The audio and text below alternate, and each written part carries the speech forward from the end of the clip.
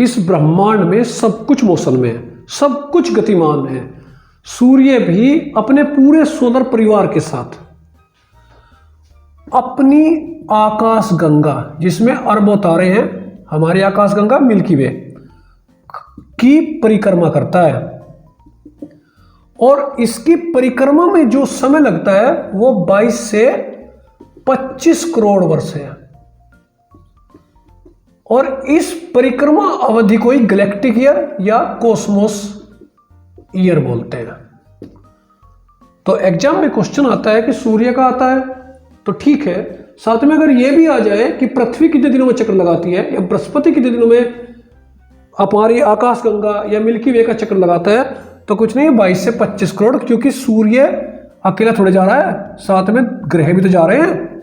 ठीक है, तो कॉस्मोस ईयर या गैलेक्टिक ईयर 22 से 25 करोड़ ईयर। इसके अलावा एग्जाम में सन से रिलेटेड कुछ और भी क्वेश्चन आते हैं, जैसे सन की जो परिक्रमा स्पीड है वो क्या है। देखो, सन जो है 7 डिग्री इंक्लाइनेशन है, नाम मात्र का 7 डिग्री।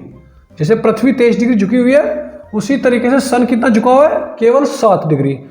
और 250 किलोमीटर प्रति सेकंड की स्पीड से सन गति कर रहा है आकाशगंगा की। ठीक है, ये ध्यान रखिएगा। इसके बाद कुछ और फैक्ट देखते हैं जो भी हम संक्षेप में देख सकते हैं। देखिए, सन की जो ऊर्जा का स्रोत है वो हाइड्रोजन है, और हाइड्रोजन हीलियम में कन्वर्ट हो रहा है, जिसकी वजह से इसका टेम्परेचर बहुत ज्यादा होता है। तो सन का जो कोर है, सेंटर पॉइंट है, उसका तापमान हो जाता है 1.5 करोड़ डिग्री सेल्सियस। ठीक है, अब जानते हैं फोटोस्फीयर, जो हम मतलब धरती से सन का कौन सा पार्ट देखते हैं, तो भैया सन का ये वाला पार्ट, बाहर वाला पार्ट फोटोस्फीयर है, जिसका टेम्परेचर 6000 डिग्री सेल्सियस जो है अर्थ से दिखाई देता है।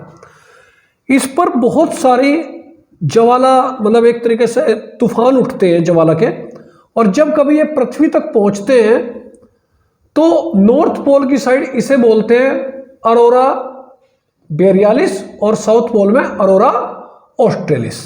ठीक है, इसके बाद जानते हैं कोरोना किसे कहते हैं। भैया सूर्य ग्रहण के समय ये सन है, ये पृथ्वी, और यहां पे चंद्रमा आ जाते हैं, तो जो पार्ट हमें दिखता है वो पार्ट कोरोना है, मतलब सूर्य